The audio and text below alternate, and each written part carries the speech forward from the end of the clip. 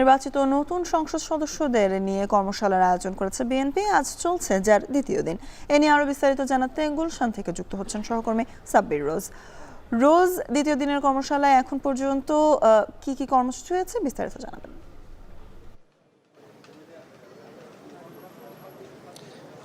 স্বর্ণা, মূলত 12ই মার্চ কিন্তু ত্রয়োদশ জাতীয় সংসদের প্রথম অধিবেশন, সেটিকে ঘিরেই কিন্তু এই যে আজকে যে কর্মশালাটি চলছে সেই কর্মশালাটি মূলত আয়োজন করেছে বাংলাদেশ জাতীয়তাবাদী দল বিএনপি, যেটির দ্বিতীয় দিনের প্রথম অধিবেশন চলমান রয়েছে। আর কিছুক্ষণের মধ্যেই সেই কর্মসূচিটি শেষ হবে। নির্ধারিত সময় দেওয়া আছে 12:30। তো আমরা দেখেছি গতকাল এই কর্মশালার উদ্বোধন করেন বিএনপি চেয়ারম্যান এবং প্রধানমন্ত্রী তারেক রহমান। মূলত এই কর্মশালাটির করাই হয়েছে যে আপনি জানেন যে নিরঙ্কুশ সংখ্যাগরিষ্ঠতা পেয়েছে বিএনপি ত্রয়োদশ জাতীয় সংসদ নির্বাচনে এবং তাদের 146 জন সংসদ সদস্য এবার প্রথমবার সংসদে প্রতিনিধিত্ব করবেন।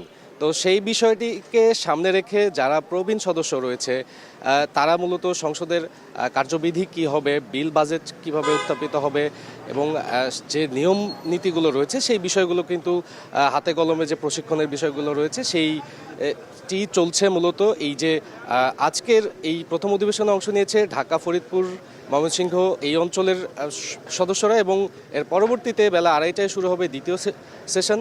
সেখানে অংশ নেবেন চট্টগ্রাম, কুমিল্লা এবং সিলেট অঞ্চলের সদস্যরা।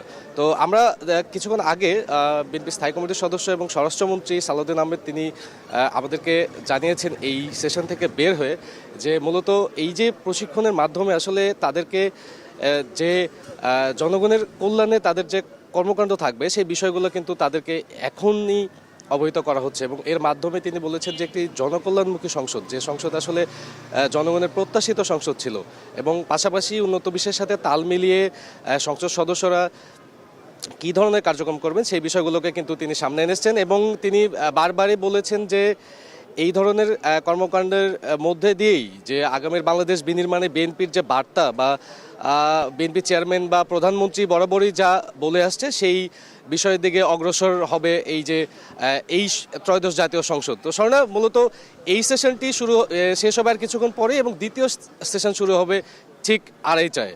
তো এই ছিল আপাতত এখান থেকে সার্বিক অবস্থা। সহকর্মী সাব্বির রোজ যুক্ত ছিলেন গুলশান থেকে।